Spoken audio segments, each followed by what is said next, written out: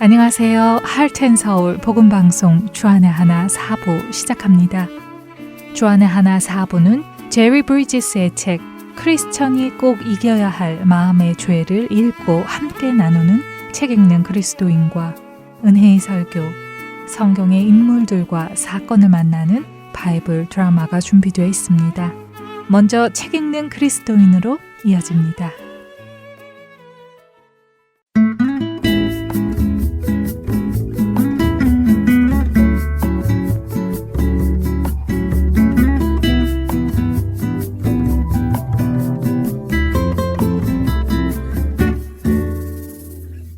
애청자 여러분 안녕하세요. 책 읽는 그리스도인 진행의 최강덕입니다. 삶 속에 용인하고 용납하고 있는 죄가 무엇인지, 그리고 그 죄들을 어떻게 다룰 수 있는지 그 방법을 배워보는 시간으로 제리 브리지스 작가의 크리스천이 꼭 이겨야 할 마음의 죄라는 책을 나누고 있습니다. 여러분은 화를 자주 내시나요? 최근에 화가 나신 적이 있다면 무엇 때문에 화가 나셨나요? 혹시 지금도 화가 나 있으시다면 무슨 일로 인해 화가 나 있으신지요? 요즘 세상 뉴스를 보면 운전 중에 화가 나서 보복 운전으로 큰 사고가 났다거나 층간소음으로 인해 화가 나서 이웃을 칼로 찌르는 등 화를 참지 못해 일어나는 사건들이 그 어느 때보다도 많아지고 있습니다. 화, 분노란 무엇일까요? 책의 저자 제리는 분노를 강한 불쾌감, 분개하는 마음이라고 정의합니다. 그리고 이 분노는 죄성 가득한 말이나 행동을 하게 하여 자신을 화나게 한 그 사람에게 상처를 입히기도 한다고 설명하지요. 사실 우리는 화가 날 때 이렇게 이야기합니다. 그 사람이 나를 화나게 했어. 그 일이 나를 화나게 했어. 라고요. 하지만 제리는 어떤 사람이나 일이 나를 화나게 하는 것이 아니라고 분명하게 말합니다. 다른 누군가의 말이나 행동이 나의 분노의 발단이 될 수는 있지만 사실 분노의 원인은 우리 내면 깊은 곳에 자리 잡고 있으며 그것은 대부분 우리의 교만이나 이기심 혹은 상대를 좌지우지하고 싶은 욕망으로 인해 분노하는 것이라고 설명하지요. 즉 상대방이 아니라 내 안에 있는 죄성 때문에 내가 분노하게 되는 것입니다. 누군가가 나를 함부로 대했기 때문에 화가 날 수도 있고 어떤 사람이 나에 대해 험담을 하거나 험담했다는 이야기를 전해드릴 때 화가 나기도 합니다. 왜 그럴까요? 왜 화가 날까요? 바로 나의 명성이나 성품에 흠집이 생겼을지 모르기 때문입니다. 이 분노의 원인 또한 우리의 교만 때문입니다. 또한 어떤 일이 내가 원하는 방식대로 되지 않을 때 우리는 화를 내지요. 어린아이부터 어른까지 내가 원하는 대로 안 되면 화를 냅니다. 그것은 부부 사이에도 가족 사이에도 그리고 공동체 안에서도 일어납니다. 성격이 강하고 자기 의견을 고집하는 사람은 자기가 모든 상황을 통제하려 하고 누가 반대하기라도 하면 화부터 내기도 하지요. 이런 모든 예에서 볼 수 있다시피 분노의 원인은 이기심입니다. 한마디로 나는 내 식대로 하고 싶다는 이기심 때문에 스스로 분노하는 것이지요. 이렇게 보니 분노의 원인은 상대방이 아닌 내 마음속에 있다는 것이 동의가 됩니다. 그런데 이것을 인정하지 않고 분노가 일어났을 때 무조건 상대방의 탓으로 돌리며 분노를 키울 때가 많습니다. 저 사람이 이런 말을 했어. 저 사람 때문에 일이 이렇게 틀어졌어. 저 사람이 나를 화나게 했어 하는 식으로 말이지요. 남에게 상처를 주는 격한 말로 반응하거나 그 사람의 흠집을 잡거나 빈정대는 식으로 분노를 표출합니다. 또 마음속에 악의를 품으며 분노를 감추지만 속으로 잘 간직하고 있는 사람도 있지요. 이렇게 더욱이 분노를 지속시키는 것은 죄이며 영적으로도 위험합니다. 이 분노들을 하나하나 들여다보면 바람직하지 못한 감정이 점점 강도를 높여가는 것을 볼 수 있습니다. 분노의 감정을 제때 처리하지 않으면 점점 자라 원한이 되고 적대감이 되고 복수심을 불태우는 앙심이 되기도 하는데요. 분노가 깊어지면 증오가 생기고 그것을 원한으로 가지게 되는 결과로 이어지지요. 원한은 계속 자라고 골마, 앙심이라는 심각한 상태까지 이르기도 합니다. 에서는 야곱을 미워하여 앙심을 품고 죽이려는 계획을 세우기도 했습니다. 헤로디아 역시 자신의 죄를 지적한 세례 요한에게 앙심을 품고 그를 죽이고 싶어 했고 결국 죽도록 만들지요. 이처럼 분노는 증오를 거쳐 앙심을 품게 만들고 그 앙심은 사람을 죽이려는 생각에까지 이르게 되는 무서운 죄인 것입니다. 시작에 말씀드렸던 것처럼 운전을 하다가 혹은 층간소음 때문에 이웃을 죽이는 사건을 볼 때 우리의 반응은 아니 고작 그것 때문에 사람을 죽여 하며 경악을 금치 못하지만 사실 분노는 이렇게 무서운 죄성을 가진 죄인 것입니다. 그렇다면 이 분노의 감정을 어떻게 해결할 수 있을까요? 성경은 우리에게 해가 지기 전에 분을 품지 말라고 하시는데 어떻게 하면 우리는 하나님을 영화롭게 하는 방식으로 이 분노를 다룰 수 있을까요? 먼저는 앞서 말씀드린 것처럼 분노의 죄성을 깨닫고 인정해야 합니다. 그리고 그 분노가 내 안에 있다는 것도 인정해야 하지요. 분노의 존재를 인정하지 않고는 분노를 다룰 수 없기 때문인데요. 그런 다음 왜 화가 났는지 자신에게 물어보는 잠깐의 시간을 가져야 합니다. 화가 난다고 해서 바로 내뱉는 것이 아니라 1분 정도 입을 꾹 다물며 생각해 보세요. 내가 화가 나는 이유가 나의 교만이나 이기심 혹은 내가 은밀히 보호하고 싶은 마음속 어떤 욕심 때문은 아닐까 하며 말이죠. 자기 분노를 깨닫고 회개함으로써 분노를 표현하는 문제를 어느 정도 처리한 다음에는 내 화의 발단이 되게 한 사람을 대하는 나의 태도를 바꿔야 할 것입니다. 화난 표정을 풀고 마음속으로 기도하며 그 사람을 향한 적대감과 모진 말을 멈추어야 할 것입니다. 지리는 분노를 다스리는 3가지 방법을 제안하는데요. 첫째, 언제나 하나님의 주권에 의지해야 합니다. 만약 분노가 일어나는 상황이 생긴다면 그건 역시 목적이 있으신 하나님의 주권 아래 벌어진 일이라는 것이지요. 우리로 하여금 예수님을 더욱 닮아가게 하시려는 목적인 것입니다. 요셉의 형제들은 분노가 앙심으로 바뀌었고 결국 요셉을 죽이려는 계획을 세웠지만 죽일 수는 없었고 이웃 나라로 팔려가게 두었지요. 그 후의 일정을 다 겪은 요셉은 훗날 자기를 여기에 보내신 분은 형들이 아니라 하나님이라고 창세기 45장 8절에 고백합니다. 하나님의 주권에 대한 확고한 믿음이야말로 분노가 내 마음과 감정 속에서 서성거릴 때 첫 번째 방어막이 될 것이라고 제리는 말합니다. 두 번째로 제리는 우리가 사랑 안에서 자랄 수 있게 해 주시기를 기도해야 한다고 합니다. 무엇보다도 뜨겁게 서로 사랑할지니 사랑은 허다한 죄를 덮느니라. 베드로전서 4장 8절의 말씀입니다. 누군가 나를 푸대접하거나 뭔가 당혹스럽고 불편한 행동을 할 때 사랑은 그런 행동을 눈감아 줄 수 있게 만든다는 것이지요. 사랑은 일상적인 잘못들은 상당 부분 덮어줄 수 있습니다. 특히 말로 상처를 많이 받고 말로 인해 다툼이 쉽게 일어납니다. 특히 그 말이 나와 가까운 사람의 입에서 나왔을 때는 더욱 그렇지요. 하지만 그 말을 듣고 화를 내느냐, 내지 않느냐는 우리가 선택할 수 있습니다. 정말 상처를 받기는 했지만 그 상처를 준 사람에게 화를 내지 않을 수 있습니다. 언제 그렇게 할 수 있나요? 그 사람을 마음 깊이 사랑할 때 우리는 불친절한 말에 쉽게 화를 내지 않게 됩니다. 그리고 분노의 감정을 다스리기 위한 방법, 그 마지막은 하나님께서 나를 용서하신 것처럼 나도 남을 용서하는 법을 배워야 한다고 제리는 말합니다. 용서도 연습이 필요하다는 것 알고 계시나요? 용서를 연습할 때 가장 도움이 되는 성경 말씀은 마태복음 18장 21절부터 35절에서 기록되어 있는 용서할 줄 모르는 종의 비유입니다. 이 비유의 메시지는 분명합니다. 다른 사람이 우리에게 저지른 잘못된 행위와 말들이라는 도덕적 빚은 우리가 하나님께 지고 있는 빚에 비하면 아무것도 아니라는 것입니다.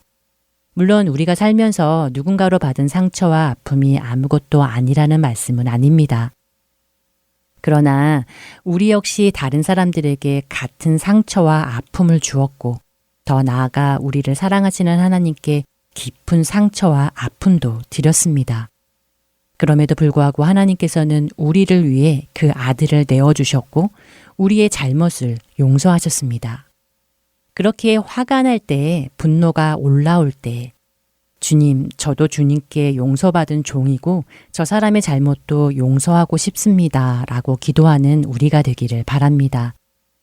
물론 이렇게 기도한다고 해서 우리의 분노가 바로 다 사라지지 않을 수도 있습니다. 죄의 힘은 크기 때문이지요. 그럼에도 불구하고 우리가 기도해야 하는 이유는 이렇게 기도를 시작할 때에 우리는 우리의 분노와 싸울 수 있기 때문입니다. 분노의 죄에 빠지지 않는 우리가 되기를 바랍니다. 책 읽는 그리스도인 여기서 마치겠습니다.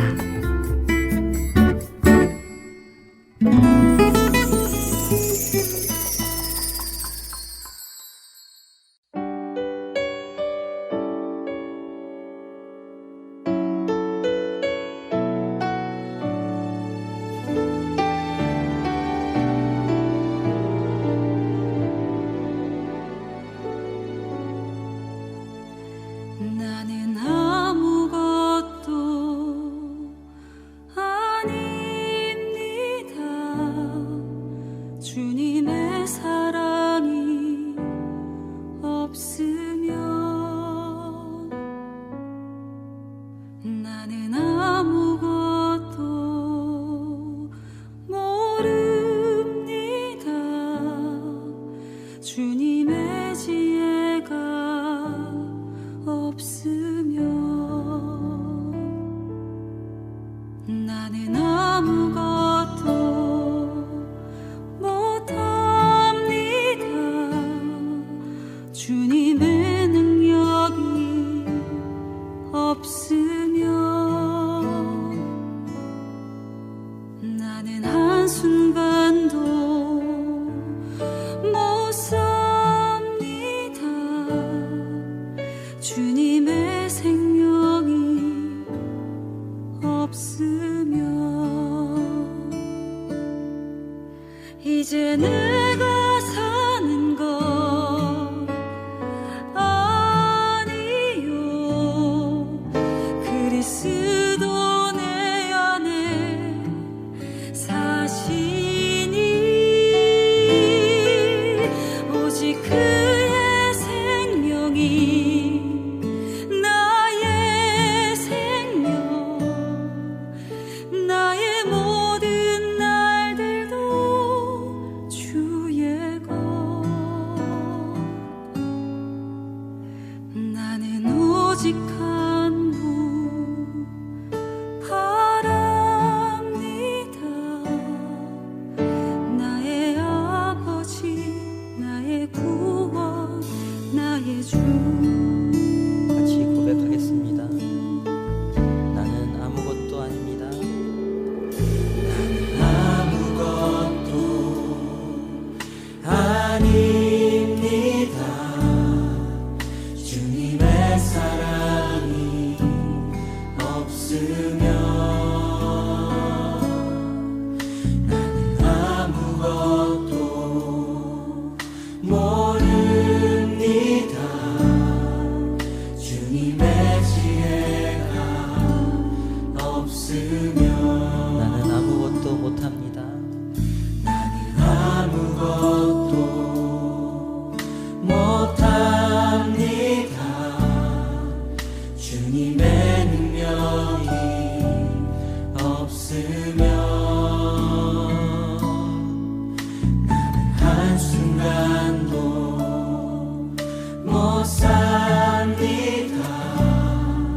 주님의 생명이 없으면 이제 내가 사는 것 이제 내가 사는 것 아니요 그리스도 내 안에 사시니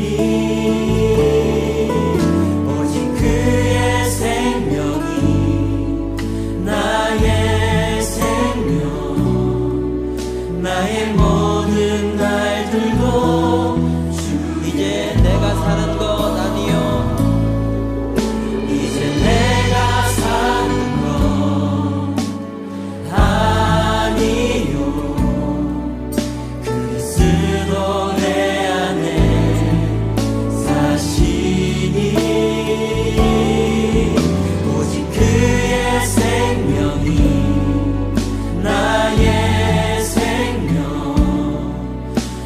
나의 모든 날들도 주의 것 나는 오직 한 분 바랍니다 나의 아버지 나의 구원 나의 주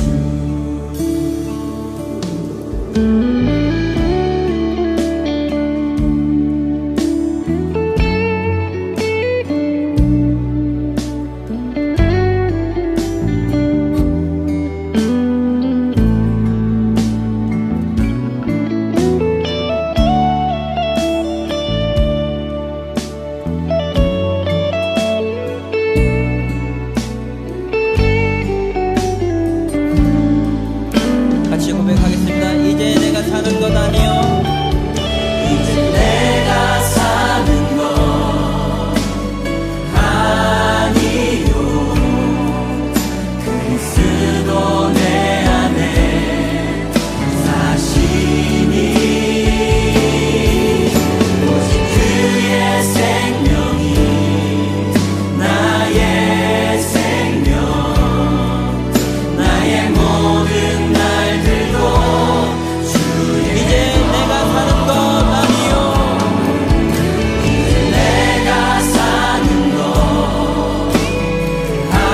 아니요 그리스도 내 안에 사시니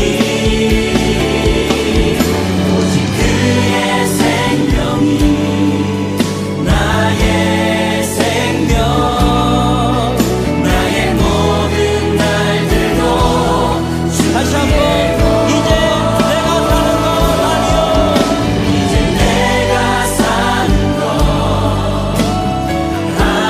아니요 그리스도 내 안에 사시니 오직 그의 생명이 나의 생명 나의 모든 날들도 다시 한번 이제 내가 사는 것 아니요 내가 사는 것 아니요 그리스도 내 안에 사시니 오직 그의 생명이 나의 생명 나의 모든 날들도 주의 것 오직 한 분 바랍니다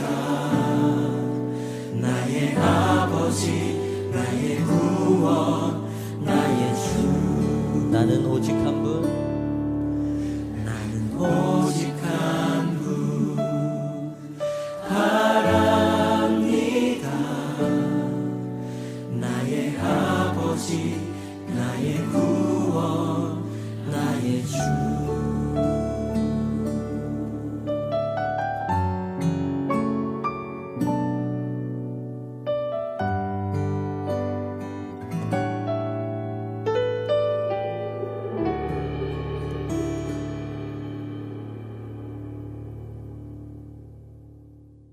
은혜의 설교로 이어집니다.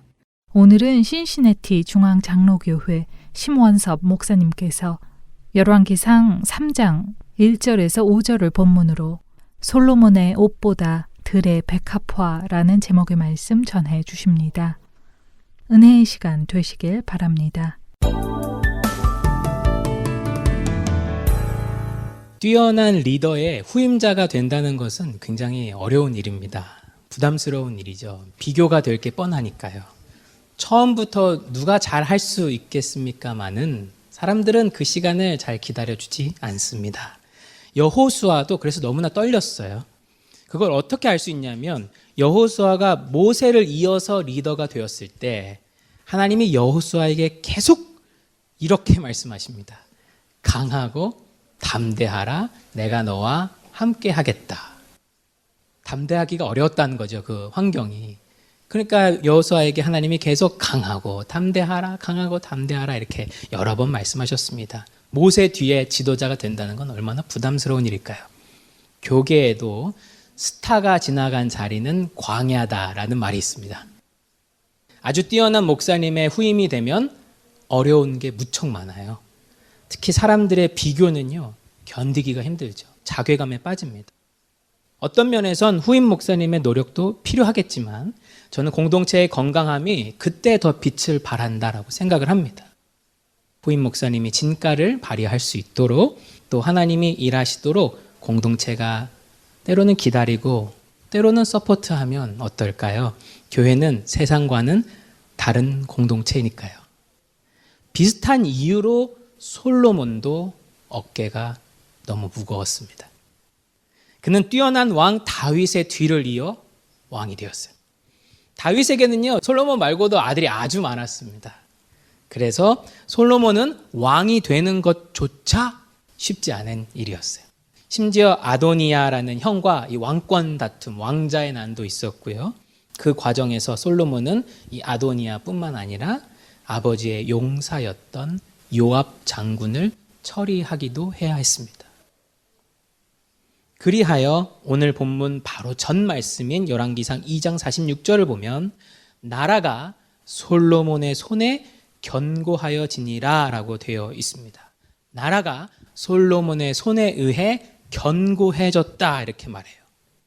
그 모든 과정을 거치며 때로는 피를 부르기도 했지만 그 모든 과정을 거치며 나라가 견고하게 세워지고 있다라는 말씀입니다. 하지만 열왕기 기록자는 솔로몬에게 그렇게 호의적이지 않습니다. 왜냐하면 성경은 그 나라가 하나님의 손에 의해 견고해졌다라고 말하지 않고 뭐라고 되어 있죠? 솔로몬의 손에 의해 견고해졌다라고 말하고 있기 때문입니다. 그 예로서 오늘 본문이 3장 1절이 시작합니다. 오늘 본문 1절은 솔로몬이 이집트 왕의 딸과 결혼을 했다는 말로 시작을 해요. 근데 그건 그냥 단순한 결혼이 아니었습니다. 한국어 성경으로 보면 그냥 혼인 관계를 맺었다라고 되어 있지만 영어로 보면 그 뜻이 더 분명해요. 솔로몬은 이집트와 marriage alliance를 맺었습니다. 혼인 동맹. 네, 당시 이집트는 초강대국이었어요. 다시 말해 이 결혼은 정치적인 목적이 있었던 결혼이었습니다. 솔로몬은 아주 강력한 왕이 되길 원했습니다. 그리고 그 강력한 힘으로 세상을 다스리길 원했습니다. 즉 사람의 탁월함으로 하나님의 나라를 세우기 원했습니다. 세상 어떤 나라가 초강대국의 공주가 왕비로 있는 나라를 건드리겠습니까? 세상의 눈으로 보면 솔로몬의 선택은 아주 지혜로운 통치자의 선택입니다. 하지만 이것은 하나님이 원하신 방법은 아니었죠. 하나님은 솔로몬이 다른 강대국이 아니라 하나님을 의지하길 원하셨습니다. 하지만 솔로몬은 그러지 않았죠. 또한 당시에 이런 결혼은 결코 그냥 하나님을 덜 의지하는 차원의 문제가 아니었습니다. 당시엔 이런 결혼을 하면 신부가 자기 나라에서 자기가 섬기던 신과 제사장을 같이 데려왔어요. 그 우상과 우상의 제사장이 같이 넘어왔다는 겁니다. 그러니까 단순히 이집트 공주만 넘어온 것이 아니죠. 이집트의 우상들이 함께 수입되었던 것입니다. 다시 말해 지금 이집트 공주가 살고 있는 이 이스라엘의 심장부 예루살렘에는 혼합주의가 싹트고 있습니다. 그러다 보니까 3절에 나온 것처럼 솔로몬 자신도 이 혼합주의에 빠지기 시작합니다. 솔로몬 자신도 여호와도 사랑하고 산당에서 제사도 드립니다. 여호와도 사랑하고 산당에서 제사도 드립니다. 산당이 뭐지? 궁금하신 분들 계실 텐데요. 동네에 있는 사당, 신사 이런 거라고 생각하시면 쉽습니다. 지역에 어떤 신성한 곳을 만들어요. 신성한 곳. 그리고 거기에 신을 모셔두고 절하고 이런 곳이 바로 사당입니다. 산당이 영어로 high place라고 되어 있어요. high place, 높은 곳으로 되어 있는데 그런 이유는 이 사당이 주로 산 위 높은 곳에 있었기 때문입니다. 사실 이런 산당은 이스라엘의 문화가 아니라 이 가나안 사람들의 문화였어요. 가나안 사람들은 지역마다 산당을 세워놓고 거기서 우상을 섬겼습니다. 그래서 민수기 33장 52절을 보면 하나님께서 가나안에 들어가면 산당을 다 헐어라, demolish all their high places 라고 명령을 하세요. 다 부셔버려라 라고 명령을 하시죠. 그런데 이스라엘 사람들이 그것을 다 헐어버렸을까요? 그렇지 않았습니다. 다양한 이유로 이 산당이 그들에게 많은 유익을 주었어요. 그래서 버리기 아까웠을 겁니다. 그래서 죄에 대한 우리의 태도처럼 이스라엘도 산당을 그냥 거기 내버려 두고 거기에 하나님을 더하여 섬기기 시작했습니다. 그러다 보니 이런 산당은 온갖 혼합주의의 기원이 되었죠. 그런 역사적 장소적 배경을 알고 4절을 보시면 지금 솔로몬의 행동은 결코 좋아 보이지 않습니다. 4절은 당시에 가장 큰 산당이 기브온이라는 지역에 있었다고 말합니다. 그래서 영어로도요, 가장 큰 산당, 영어로 the most important high place라고 되어 있어요. The most famous high place라고 되어 있습니다. 성경은 솔로몬이 그 most important high place에 갔다라고 되어 있어요. 기브온을 찾은 이유가 바로 그 산당이 가장 크고 중요해서였습니다. 다시 말해 솔로몬은 지금 특정한 목적 때문에 일부러 가장 크고 힘있고 멋진 산당을 고른 거예요. 골라서 갔어요. 이처럼 오늘 본문이 솔로몬을 묘사하는 방법에는 굉장히 일관성이 있습니다. 그는 자신의 영광을 위해 살고 있습니다. 그는 자기 나라의 영광을 위해 살고 있죠. 우리도 솔로몬 속에 그려진 우리의 모습을 돌아보길 원합니다. 오늘 우리는 교회를 찾아왔습니까? 아니면 산당을 골라왔습니까? 산당은 하나님의 목적이 아니라 우리의 목적에 맞게 고른 곳이죠. 다시 말해 그 목적에 얼마나 부합하는지에 따라 부합하지 않으면 얼마든지 갈아치울 수 있는 게 바로 산당입니다. 그런 면에서 솔로몬은 우리의 모습을 너무나도 잘 대변하고 있습니다. 그에게는 지금 자신의 영광이 가장 중요해요. 솔로몬이나 우리나 세상의 목표는요, 다 비슷비슷해요. 나 자신의 영광, 우리 가족의 영광, 우리 집단의 영광. 다만 솔로몬이나 우리는요, 세상과 뭐가 다르죠? 우린 하나님을 이용해서 그걸 이루려고 할 것이고 세상은 뭐 다른 것들을 이용해서 그걸 이루려고 할 것이죠. 물론 역대하 1장을 보면 기브온 산당이라는 곳에는요, 이 모세가 예전에 만들었던 성막의 일부가 보관되고 있었습니다. 그러니까 과거의 성물이었던 것이 이 기브온 산당에 보관되어 있었다는 거죠. 하지만 오늘 본문 15절을 보면 가장 중요한 것은 여호와의 언약궤인데 이 여호와의 언약궤는 이미 예루살렘에 있었어요. 기브온 산당에 없었습니다. 거기엔 그냥 성막의 껍데기만 있었을 뿐이지, 놋재단 껍데기만 있었을 뿐이지 언약궤는 이미 예루살렘에 있었어요. 예루살렘엔 이미 임시 예배 장소가 있었습니다. 아직 성전이 만들어지기 전이니까요. 그런데도 솔로몬은 굳이 가장 크고 가장 아름답고 가장 멋진 가장 유명한 기브온 산당을 찾아가서 지금 제사를 드리고 있습니다. 산당에서만 기도할 수 있는 뭔가가 있었다는 거죠. 그리고 4절을 보시면 솔로몬이 그 기브온 산당에서 그 기도 제목을 가지고, 우린 몰라요. 솔로몬이 뭘 기도했는지 모르지만 어쨌든 자기의 그 기도 제목을 가지고 1000번제를 드렸다고 되어 있습니다. 이 말은 제사를 1000번 드렸다는 말이 아니라 1000마리 혹은 많은 양의 제물을 한 번에 드렸다는 겁니다. 1000마리 혹은 많은 양의 제물을 한 번에 드리면 스케일이 장난이 아니죠. 고기 태우는 연기 장난이 아닐 거고요. 그 모여들어서 함께 먹는 사람들, 고기 먹는 사람들, 그 수도 장난이 아닐 겁니다. 거기 모인 사람들이 얼마나 환호했을까요? 하나님이 이 제사를 얼마나 사랑하실까? 하나님이 이 제사를 얼마나 아름답게 보실까? 스케일이 장난 아니었으니까요. 그런데 실제로 그렇게 1000번제를 드린 날 밤 하나님께서 솔로몬의 꿈속에 찾아오십니다. 그리고 5절을 보니까 마치 램프의 지니처럼 내가 너에게 무엇을 줄까? 소원을 말해봐. 이렇게 물어봅니다. 하나님이요, 꿈속에서. 그리고 솔로몬이 백성들을 잘 다스릴 지혜를 구하니까, 듣는 마음을 구하니까 하나님이요, 솔로몬에게 야, 너가 구하지 않은 부귀와 영광까지 주겠다, 이렇게 말씀하세요.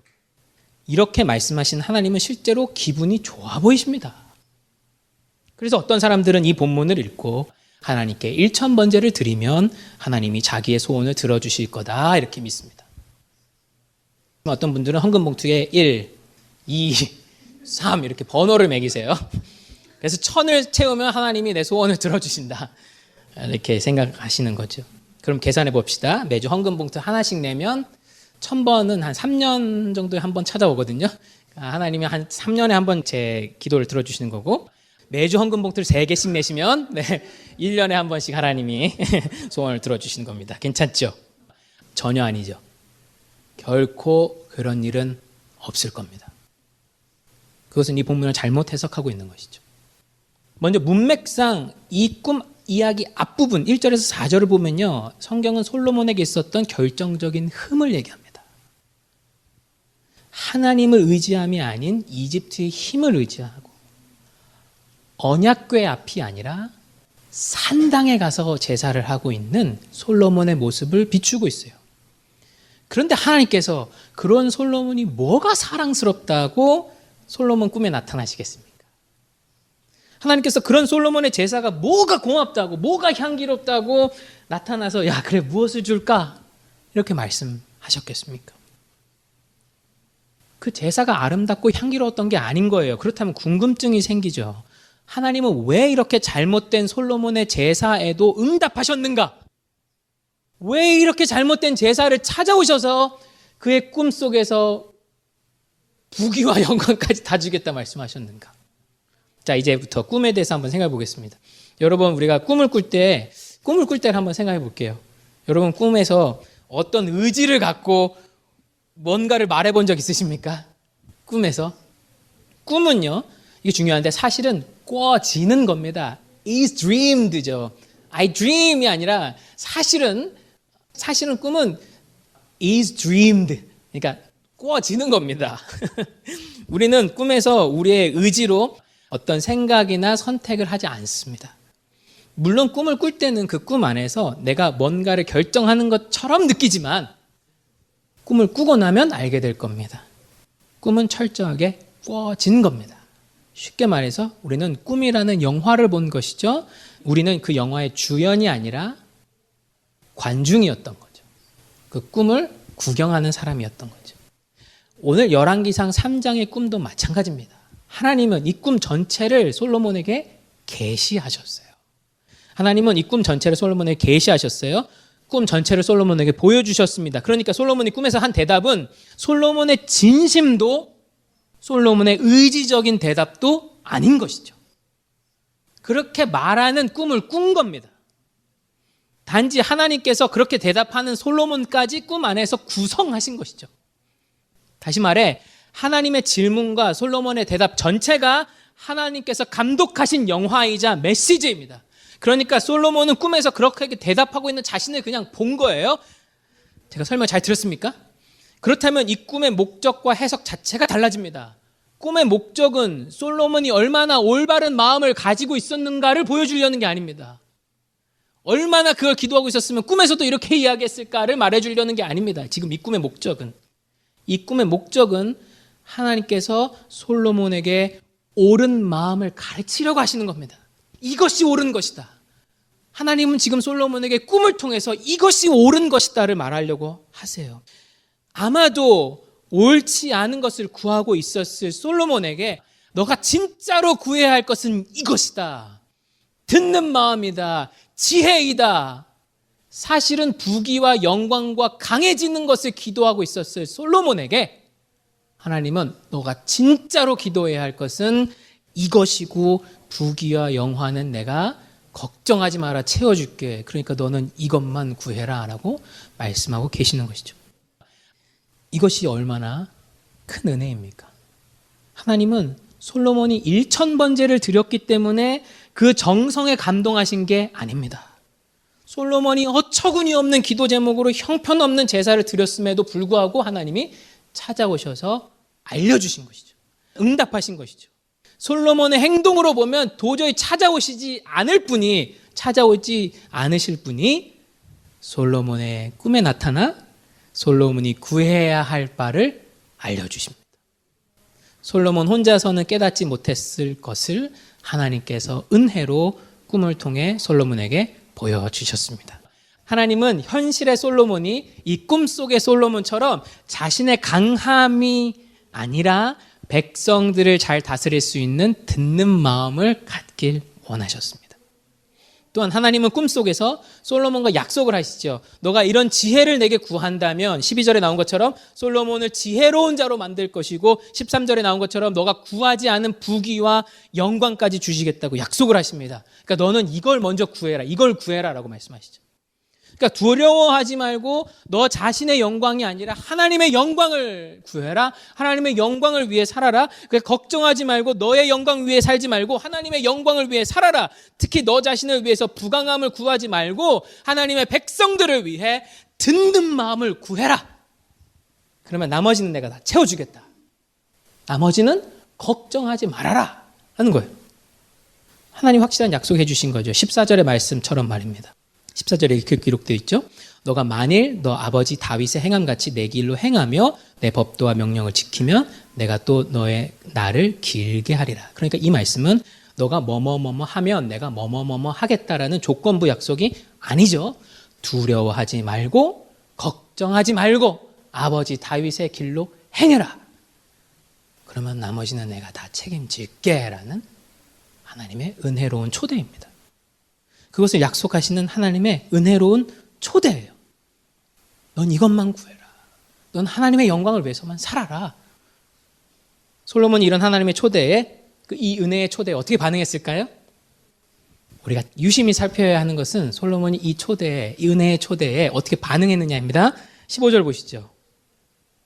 깨어보니 뭐라 그러죠? 꿈이었대요. 그래서 어떻게 하죠? 그 다음에 어떻게 기록되어 있습니까? 이에 예루살렘에 이르러 여호와의 언약궤 앞에 서서 번제와 감사의 제물을 드리고. 진짜 중요한 건 15절입니다. 깨어나서 자기 자리로 돌아갔어요. 예루살렘으로 돌아갔어요. 하나님의 언약궤 앞으로 돌아갔어요. 그래서 거기서 번제와 감사의 제사를 드립니다. 조촐하고 작았겠죠. 그러나 기브온에서 드렸던 1,000번제보다 훨씬 귀하고 아름다운 하나님이 기뻐하시는 그런 제사였습니다. 꿈인 것을 알고 솔로몬이 한 행동이 무엇입니까? 계속해서 기브온 산당에서 1,000번제를 그 다음날도 드렸습니까? 아닙니다. 무엇 때문인지 그는 일어나서 예루살렘 여호와의 언약궤 앞으로 돌아갔습니다. 그리고 예루살렘에서 다시 한번 감사와 번제의 제물을 드렸습니다. 이때는 솔로몬이 무엇을 기도했겠습니까? 하나님이 원하시는 것이 무엇인지 알았으니까 듣는 마음을 기도했을 것입니다. 하나님께서 그 기도를 들어주셨을까요? 들어주셨습니다. 당연하죠. 하나님께서 약속하셨으니까요. 솔로몬은 지혜를 구했고 하나님은 그 지혜를 솔로몬에게 주셨습니다. 그래서 성경은 이 기도의 결과에 대해서 말합니다. 오늘 본문 이후에 바로 한 장면이 이어지는데 우리가 잘 아는 내용입니다. 이건 빨리 말할게요. 두 창녀가 한 아이를 두고 서로 자기 아이라고 주장합니다. 솔로몬은 그럼 그 아이를 자르자고 말하죠. 그랬더니 한 여자만 정말 불타는 마음으로 그 아이를 자르지 말라, 죽이지 말라라고 말했습니다. 솔로몬은 그 여자가 이 아이의 어머니라고 판단했죠. 솔로몬의 이런 지혜가 어디서 나왔겠습니까? 솔로몬이 기브온에서 드린 1,000번제가 아니라 예루살렘 여호와의 언약궤 앞에서 드린 그 감사의 제사, 그 기도로부터 온 것이죠. 근데 솔로몬이 기브온 산당에서 어처구니 없는 제사를 드릴 때에도 하나님은 솔로몬에게 응답하셨어요. 찾아오셨고 기도해야 할 바를 알려주셨습니다. 그가 자신의 영광이 아니라 하나님 나라의 영광을 위해 살 수 있는 길을 알려주셨어요. 찾아오셨어요. 잘못된 상황인데도. 그 꿈을 꾸고 솔로몬이 일어나 예루살렘을 향했죠. 그리고 거기서 제대로 된 제사를 다시 드리죠. 그런 면에서 솔로몬의 지혜와 부는 순전히 하나님의 은혜로 얻어진 것입니다. 하지만 솔로몬이 계속해서 자기의 영광이 아니라 하나님 나라의 영광, 하나님의 영광을 위해서 살았을까요? 계속해서? 아쉽게도 그러질 못했어요. 그래서 열왕기상 11장을 보면 솔로몬이 하나님의 마음을 떠나는 장면이 나와요. 그는 하나님을 위해 엄청난 성전도 지었습니다. 정말 으리으리한 성전을 지었죠. 그래서 사람들은 그것을 솔로몬 성전이라고 별명을 붙일 정도로 엄청난 성전을 지었습니다. 그리고 은을 돌같이 여길 정도로 부유했다라고 나와요. 나도 은을 한번 돌같이 여겨보고 싶다. 예, 은을 돌같이 흔하게 여길 정도로 엄청난 부도 쌓았습니다. 하지만 그는 하나님이 최초에 하신 약속, 또 계속해서 리마인드 해주셨던 약속, 다른 건 걱정하지 말고 하나님의 영광을 위해 살아라라는 그 약속대로 살진 못합니다. 다른 걸 걱정하죠.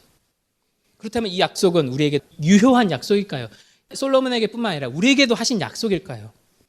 솔로몬은 꿈으로 봤지만 우리는 만날 수 있고 경험할 수 있고 현재도 살아계신 예수 그리스도를 통해서 그 이야기를 분명하게 듣습니다. 마치 모세가 경험했던 것처럼요. 그 예수님께서 솔로몬의 꿈과는 비교할 수 없을 정도로 명백하게 말씀해 주십니다. 말씀을 통해 우리와 직접 대면하면서 말씀해 주시죠. 예수님은 실제로 마태복음 6장 후반부에서 오늘 이 열왕기상의 주제를 일부 언급하십니다. 마태복음 6장 25절에 예수님은 이렇게 말씀하십니다. 마태복음 6장 25절에 이렇게 기록되어 있어요. 그러므로 내가 너희에게 이르노니 목숨을 위하여 무엇을 먹을까? 무엇을 마실까? 몸을 위하여 무엇을 입을까 염려하지 말라. 현재도 살아계신 만질 수 있는 예수님이 이렇게 직접적으로 말씀하셨다는 거죠. 자, 이 말씀은 우리가 식당 메뉴판 앞에서 고민할 때 하는 말씀이 아닙니다. 무엇을 먹을까 고민하지 말라. 또 옷가게에서 무슨 옷을 살까 고민할 때 무엇을 입을까 고민하지 말라. 그럴 때 쓰이는 말씀이 아니죠. 우리 삶의 염려에 대해서 말씀하신 겁니다. 염려. 근데 염려하지 말라는 이 말도 그냥 인생 부담 갖지 말고 편하게 살아 이 말씀 아닙니다. 혹은 하나님이 다 채우실 거니까 돈 걱정하지 말고 살아 이 얘기 아닙니다. 하나님이 다 돌보실 테니까 운동 안 해도 넌 건강할 수 있어 이 얘기 아닙니다. 삶에 아무런 전략적인 접근을 하지 말라는 말이 아니에요. 아무것도 염려하지 말라는 이 말씀은 마태복음 6장 25절 이하의 이 문맥은 하나님께서 솔로몬에게 하셨던 그 약속을 다루고 있습니다. 너 자신의 영광 때문에 염려하며 살지 말고 하나님의 영광을 위해 담대하게 살아라. 이렇게 말씀대로 순종하며 살아도 될까 싶은데 그때에도 걱정하지 말고 하나님의 영광을 위해 살아라. 예수님 말씀 이런 말씀입니다. 그렇습니다. 우리 대부분은요, 어떻게 하면 내가 원하는 것을 이룰 수 있을까를 염려합니다. 그것들이 인생의 목표가 되어 살아갑니다. 그러나 하나님은 그런 우리에게 다른 약속을 하시죠. 완전히 다른 약속을 하시죠. 기독교인이 된다는 건 완전히 다른 세계관을 듣게 되는 것입니다. 너는 나에게 신실하기만 해. 너의 모든 것은 내가 돌보겠다. 너는 하나님의 말씀에 같이 순종하자. 하나님의 영광을 위하여, 하나님 나라를 위하여 살아가자. 나머지는 내가 다 돌보겠다. 이 약속이 바로 하나님이 우리에게 주시는 은혜의 약속입니다. 우리는 이 약속 때문에 담대할 수 있죠. 교회도 마찬가지입니다. 또 잘못된 것이 있으면 막 교회에서 고쳐야 하고 내가 그러지 않으면 마음이 불편하고 그래서 막 모든 것이 염려가 되죠. 하지만 하나님 우리에게 이렇게 말씀하십니다. 너는 나를 믿고 나에게 신실해라. 그래서 하나님은요, 화려한 제사보다 순종이 낫다라고 말씀하시죠. 솔로몬이 기브온에서 드린 엄청난 스케일의 1000번제보다 솔로몬이 일어나 예루살렘 언약궤 앞에서 드렸던 조촐한 감사의 제사가 더 아름답다고 말씀하시죠. 어떤 분이 젊은 목사님한테 물었대요. 목사님은 미래에 대한 계획이 있습니까? 그럼 목사들은 배운 대로 대답합니다. 저도 잘 모릅니다. 오직 부르시는 분만이 아실 뿐이죠. 저는 그저 부름받은 자리에서 최선을 다할 뿐입니다. 그랬더니 그 질문하신 분이 이렇게 말씀하셨대요. 목사님, 저는 그 이야기가 목사님이 미래에 대한 준비를 아무것도 안 하시고 있다는 말처럼 그냥 그렇게 들립니다. 게으르다는 말처럼 들려요. 당신이 무능하다는 말처럼 들립니다. 이렇게 얘기했대요. 그런데 오늘 말씀은 저에게 다시 한번 다음과 같은 확신을 주었습니다. 마태복음 6장 28절과 29절에서 예수님이 이렇게 말씀하시죠. 마태복음 6장 28절과 29절에 예수님이 이렇게 말씀하십니다. 들의 백합화가 어떻게 자라는가 생각하여 보라. 수고도 아니하고 길쌈도 아니하니라. 길쌈이란 건 스스로를 위해 옷감을 짠다는 말입니다. 수고도 하지 않고 스스로 옷감을 짜지도 않는다. 그러나 내가 너희에게 말하노니 솔로몬의 모든 영광으로 입은 것이 그 화려한 드레스가요, 이 꽃 하나만 갖지 못하느니라. 즉 모든 영화를 누렸던 솔로몬도 이 꽃 하나만큼 아름다운 옷은 차려입지 못했다라고 말하는 겁니다. 우리는 무엇을 입을까? 어떻게 하면 내 영광을 드러낼 수 있을까? 아등바등하며 사는데 들의 백합화는 그렇지 않아요. 들의 백합화는 스스로를 위해 옷감 한 번 짠 적이 없습니다. 그렇지만 백합화는 솔로몬의 그 어떤 화려한 옷보다 아름답습니다. 왜냐하면 그 들의 백합화를 하나님이 돌보시기 때문이죠. 하나님이 돌보시니까 아름다운 것입니다. 하물며 내 자신의 기준, 내 자신의 영광이 아니라 순종함으로 하나님의 영광을 드러내길 원하는 자의 삶은 어떠하겠습니까? 목사들만 부르심 따라 삽니까? 아닙니다. 우리의 모든 자리가 다 목사처럼 부름받은 자리입니다. 우리의 모든 자리가. 학교로, 직장으로, 심지어 가정으로 말입니다. 전 어떤 면에서는 여러분의 모든 자리가 결코 목사의 자리보다 더 아름다우면 아름답지 덜 아름답다고 생각하지 않아요. 여러분의 그 어떤 자리도 초라하지 않습니다. 내가 지금 뭐 하며 살고 있나 한탄스러우십니까? 여러분을 그곳에 보낸 하나님도 마음이 아프실 것 같아요. 이 약속을 기억하십시오. 그래서 어디에 있든 내 영광이 사그라들고 있는 것을 걱정하며 사는 것이 아니라 하나님의 영광을 위해 살아보십시오. 그리하면 우린 예수님의 그 약속대로 하나님의 돌보심을 경험하게 될 것입니다. 하나님의 돌보심은요, 우리 스스로 아등바등 빛나게 하는 것보다 훨씬 아름답습니다. 그러니까 이게 될까? 정말 이래도 될까? 정말 순종해도 괜찮을까? 정말 결과를 염려하지 않아도 괜찮을까? 그럴 때 이 말씀 떠올려 보십시오. 예수님께서 계속해서 말씀하십니다. 마태복음 6장 33절, 여러분이 다 아시는 말씀이에요. 그런즉 너희는 먼저 그의 나라와 그의 의를 구하라. 그리하면 이 모든 것을 너희에게 더하시리라. 이 말씀 잘못 오해하면요, 어떻게 이해하죠? 모든 것을 얻기 위해 그냥 형식적으로 그의 나라와 그의 의를 구하는 사람들이 나타납니다. 이 말씀 잘못 오해하면 내 영광을 얻기 위해 하나님의 영광을 먼저 기도하는 그런 적용을 갖기 쉽죠. 오늘 열왕기상 본문도 똑같죠. 오늘 말씀을 오해하면 내가 구하지 않은 부와 명예의 영광을 얻기 위해 하나님이 좋아하시는 듣는 마음을 구하려고 합니다. 사람들이 그래요. 그게 우리의 죄악된 본성입니다. 하지만 그런 게 아니죠. 오늘 말씀은 하나님의 은혜로운 약속입니다. 우리가 우리의 자신의 영광이 아니라 하나님의 영광을 위해 담대하게 살아갈 수 있다라는 하나님의 약속입니다. 근데 우리는 늘 두려워할 겁니다. 그래도 될까라는 의문점을 던지겠죠. 그러나 하나님은 오늘 말씀을 통해서 특별히 우리가 만날 수 있고 만질 수 있고 경험할 수 있는 예수님을 통해서 우리에게 이렇게 말씀하십니다. 솔로몬의 아무리 화려한 옷보다 하나님이 돌보시는 들의 백합화가 더 아름답다. 염려하지 마라. 내가 돌본다. 너의 영광 위에 살지 마라. 내가 채운다. 지금 솔로몬의 아름다운 옷 걸치고 있다고 좋아하지 마라. 하나님이 돌보시지 않으면 그 모든 것이 다 헛것이다. 멋져 보여도 반석이 아니라 모래 위에 세운 집과 같다. 바람 오면 그냥 쓰러질 거야.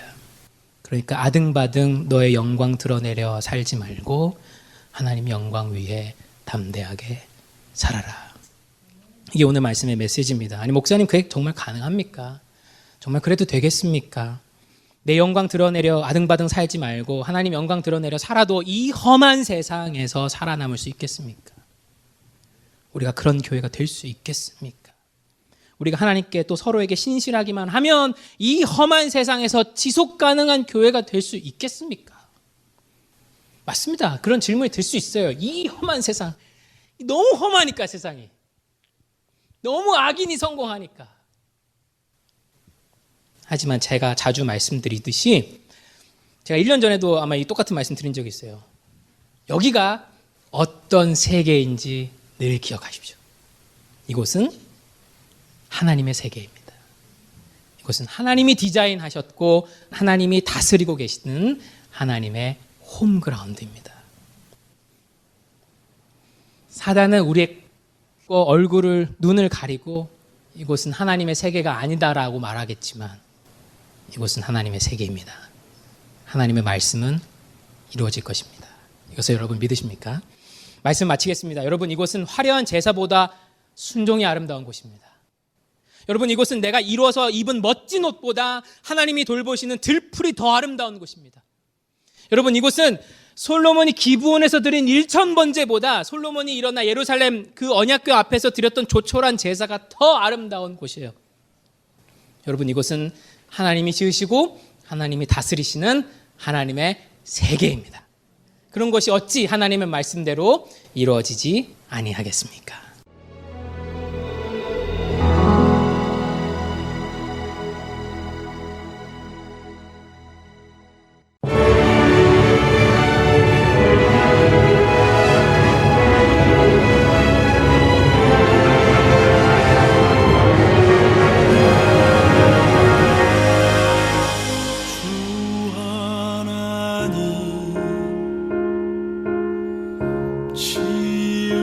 지으신 모든 세계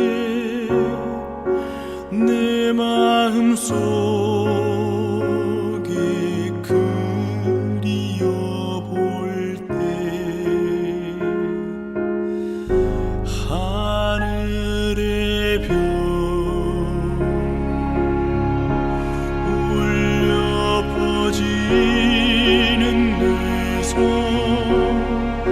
주님의 권능 우주에 찬네 주님의 높고 위대하심을 내 영혼이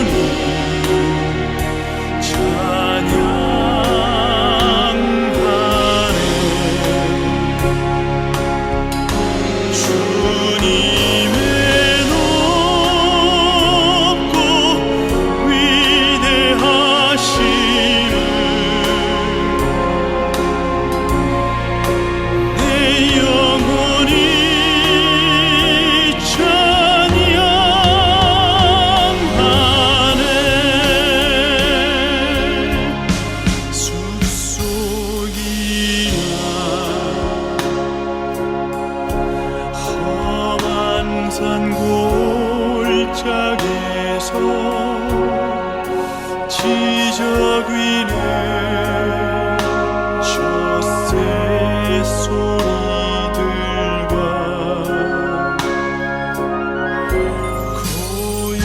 고요하게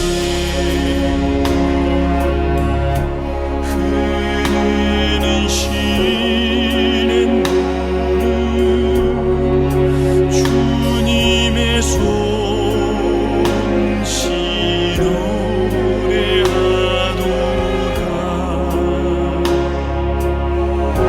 주님의 높고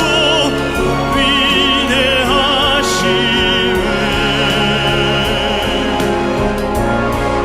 내 영혼이 찬양하네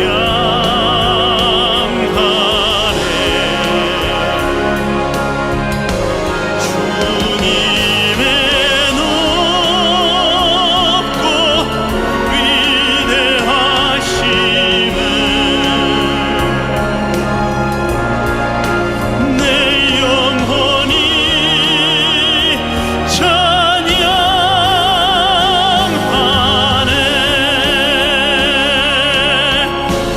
내 영혼이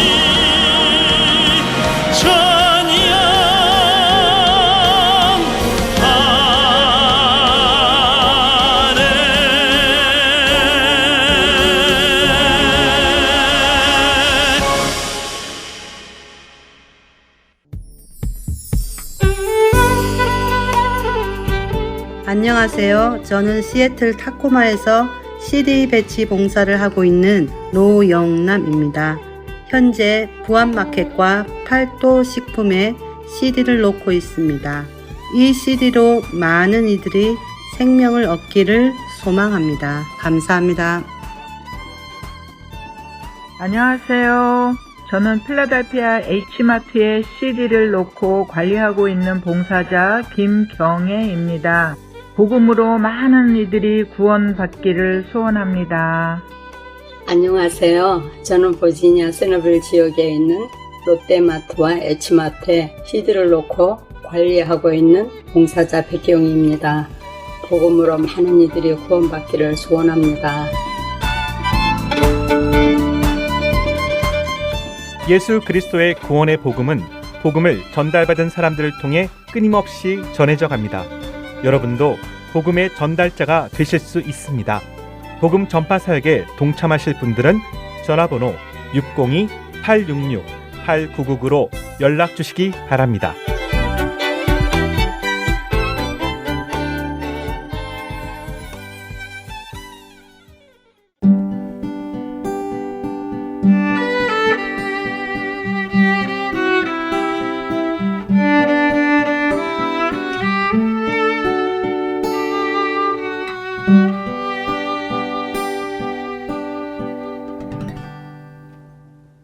성경 속의 인물들과 사건을 만나는 바이블 드라마로 이어집니다.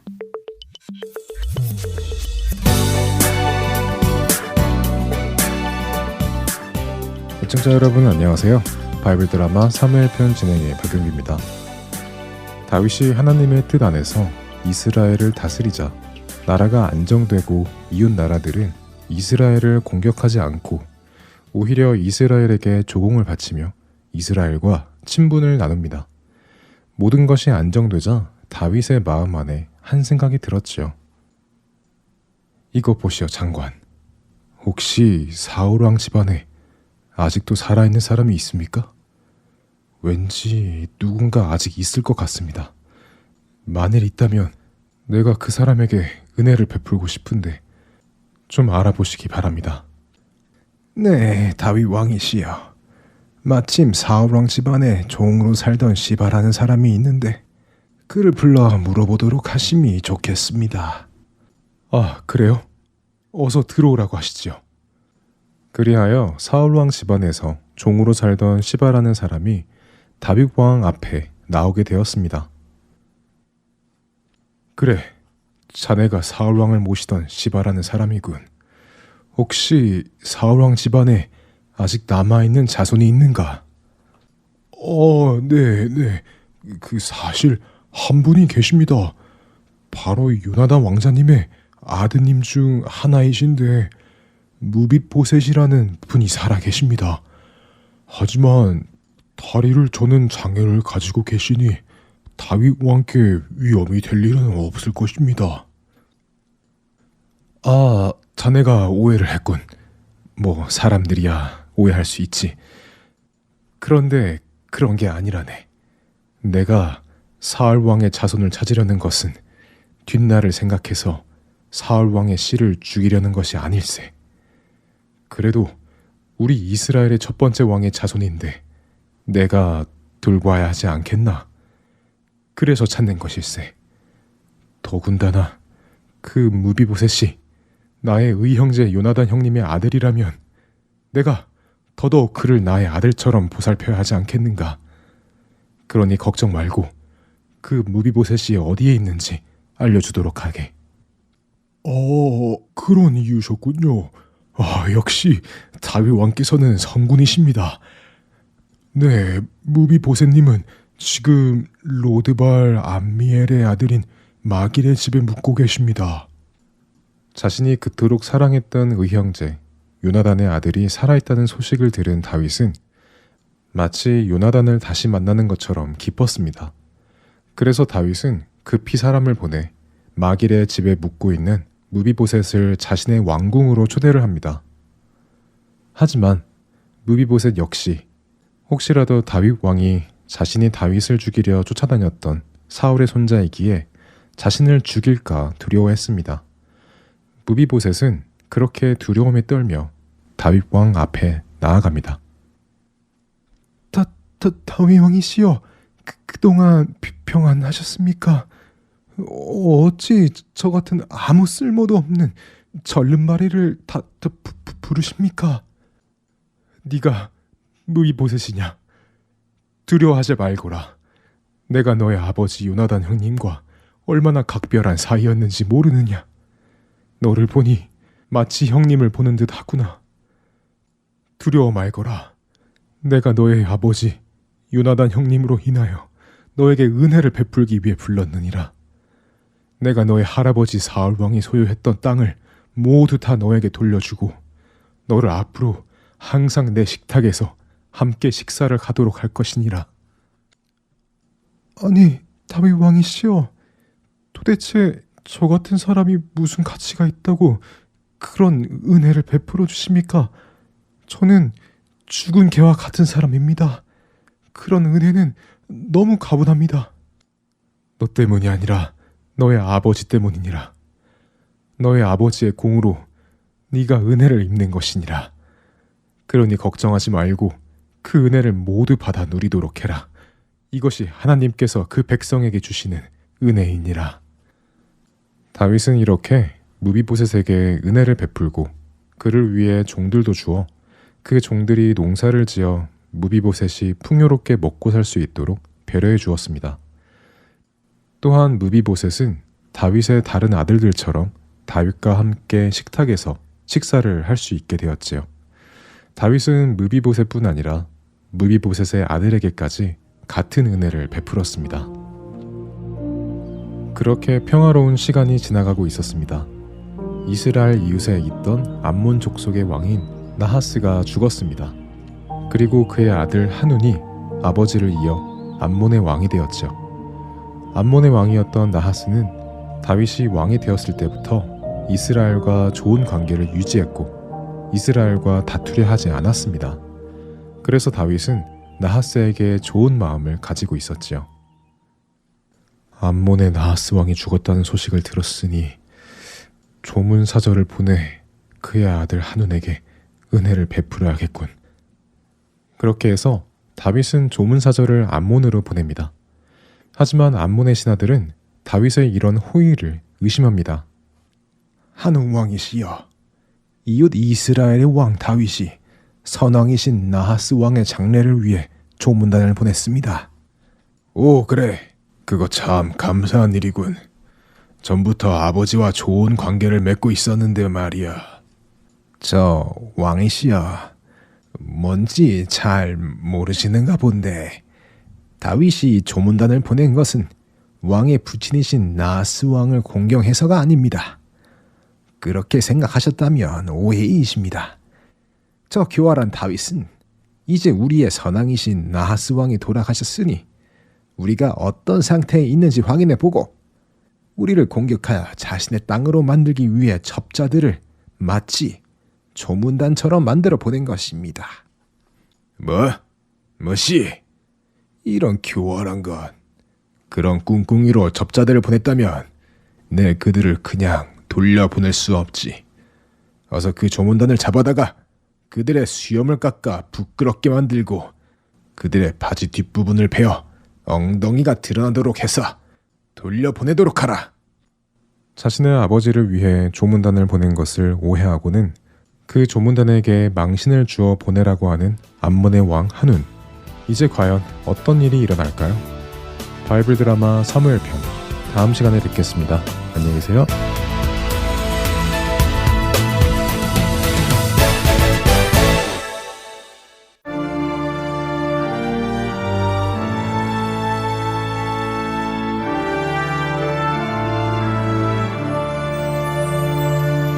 나와 같은 죄인 위해 십자가를 지시고 골고다의 언덕길을 피 흘리며 가신 주 그 주님을 배반하고 그의 사랑 버리고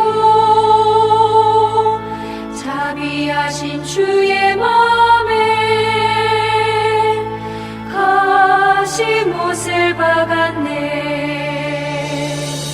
가슴 치며 통회하고 주님 앞에 나오니 십자가에 흘린 피로 용서하여 주소서. 땅을 치고 애통하며 밤을 새워 외치는 이 죄인의 울부짖음 물리치지 마소서.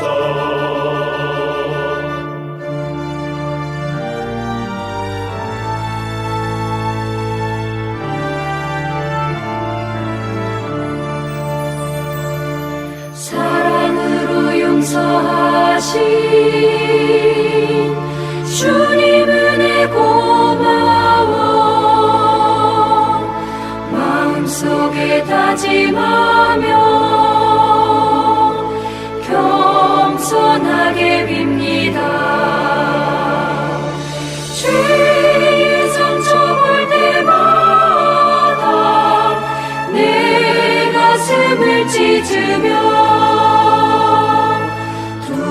다시 우리 주님 배반하지 않으리.